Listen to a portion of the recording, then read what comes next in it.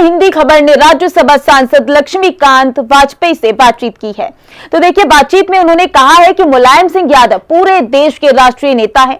सभी राजनीतिक दल मुलायम जी के लिए दुआ करें।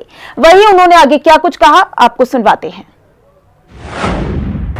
मुलायम सिंह यादव जी की स्थिति लगातार गंभीर बनी हुई है। 3 दिन से लगातार, चाहे सत्ताधारी नेता हो या फिर उनकी पार्टी के तमाम एक छोटा कार्यकर्ता हो, सब लोग उनके लिए दुआएं कर रहे हैं, प्रार्थना कर रहे हैं और अस्पताल पर लगातार पहुंच रहे हैं। हमारे साथ बातचीत करने के लिए है बीजेपी के राज्यसभा सांसद लक्ष्मीकांत वाजपेयी जी।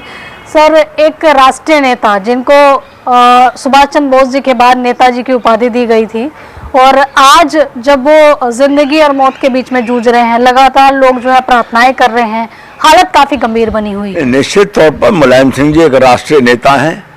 उन्होंने गरीबों की और मजदूरों की और बेसहारा वर्ग की लड़ाई लड़ी है।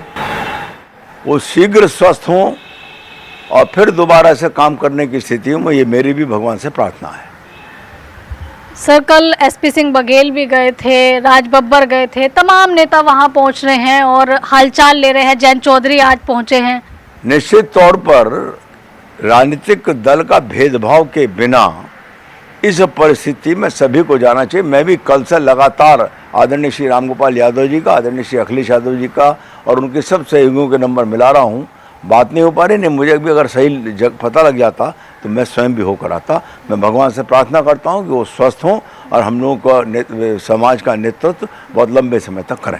चलिए, आप सुन रहे थे यहाँ राज्यसभा सांसद लक्ष्मीकांत वाजपेयी जी को, जिनका कहना है चाहे कोई भी राजनीतिक दल हो, मुलायम सिंह यादव जो है राष्ट्रीय नेता हैं और उनका हालचाल लेना सभी को चाहिए और साथ ही उनके स्वस्थ होने की भी प्रार्थना करता हूँ।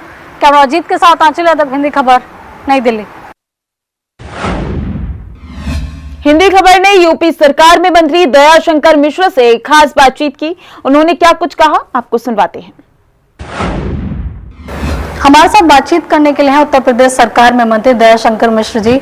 सर, आज जहां समाजवादी पार्टी का स्थापना दिवस भी है, वहीं दूसरी तरफ मुलायम सिंह यादव जी की जो तबीयत है वो बेहद नाजुक है। तमाम राज्यों के नेता हों, सीएम हों, सब लोग हालचाल पूछ रहे हैं। योगी जी ने भी हालचाल पूछा। निश्चित, देखिए, मुलायम सिंह जी बहुत बड़े नेता हैं, उत्तर प्रदेश के जन के नेता हैं।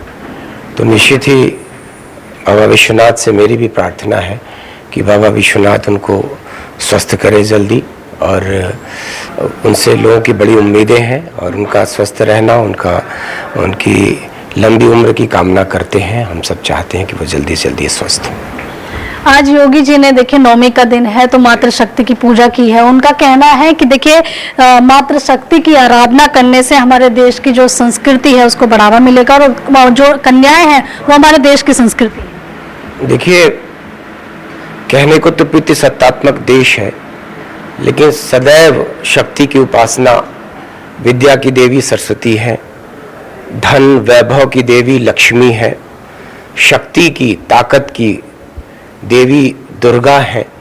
तो कहीं न कहीं से यह देश सदैव शक्ति की उपासना करता रहा और आज भी आराध्य नवरात्रि जो होती है, ये 9 दुर्गा और 9 देवियों के जो रूप हैं उन्हीं की उपासना होती है।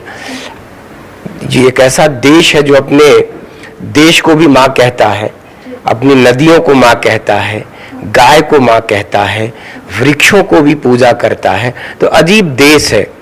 तो शायद मातृशक्ति का दुनिया के किसी देश में इतना सम्मान नहीं है।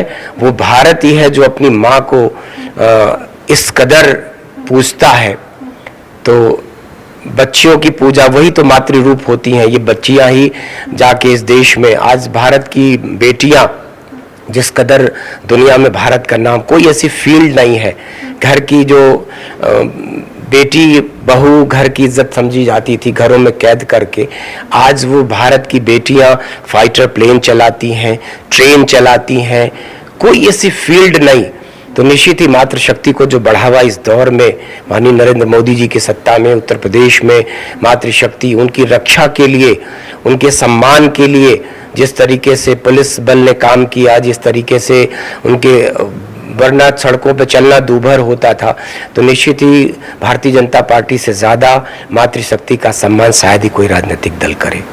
चलिए धन्यवाद। तो देखिए यहाँ आप सुन रहे थे उत्तर प्रदेश सरकार में मंत्री दयाशंकर मिश्र जी को, जिनका कहना है आगे आने वाले जो कुछ समय है जो कि बहुत ऐतिहासिक होने वाले हैं, क्योंकि लगातार सारे मंत्री और खुद सीएम जगह जगह जाके दौरे कर रहे हैं। जीत के साथ आचल यादव, हिंदी खबर, नई दिल्ली।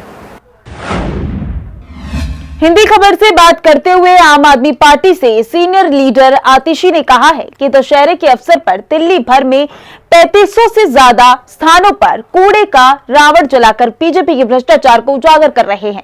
जैसे रावण दहन होता है उसी तरीके से अब एमसीडी में बीजेपी के कूड़े का दहन होगा और आने वाले दिनों में दिल्ली की जनता एमसीडी में भी आम आदमी पार्टी की सरकार को लाएगी। और साथ ही वही उन्होंने आगे क्या कुछ कहा, आपको सुनवाते हैं।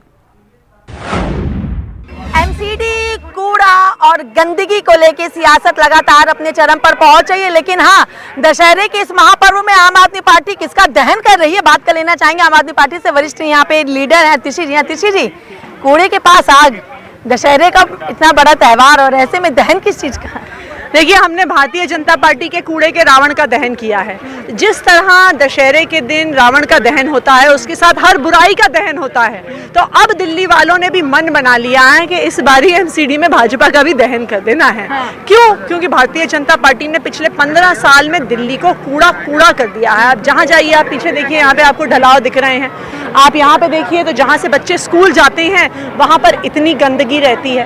तो लोग भी परेशान हैं भारतीय जनता पार्टी से और अब चाहते हैं कि जैसे अपने घर से कूड़े को बाहर फेंकते हैं, इस बार भारतीय जनता पार्टी को भी एमसीडी से बाहर फेंक देंगे। आतिशी जी, तस्वीरें साफ तौर पर दिख रही, लोग यहाँ पे रह रहे हैं, लोगों का जनजीवन है और बगल में इस तरीके का कूड़े का ढेर है।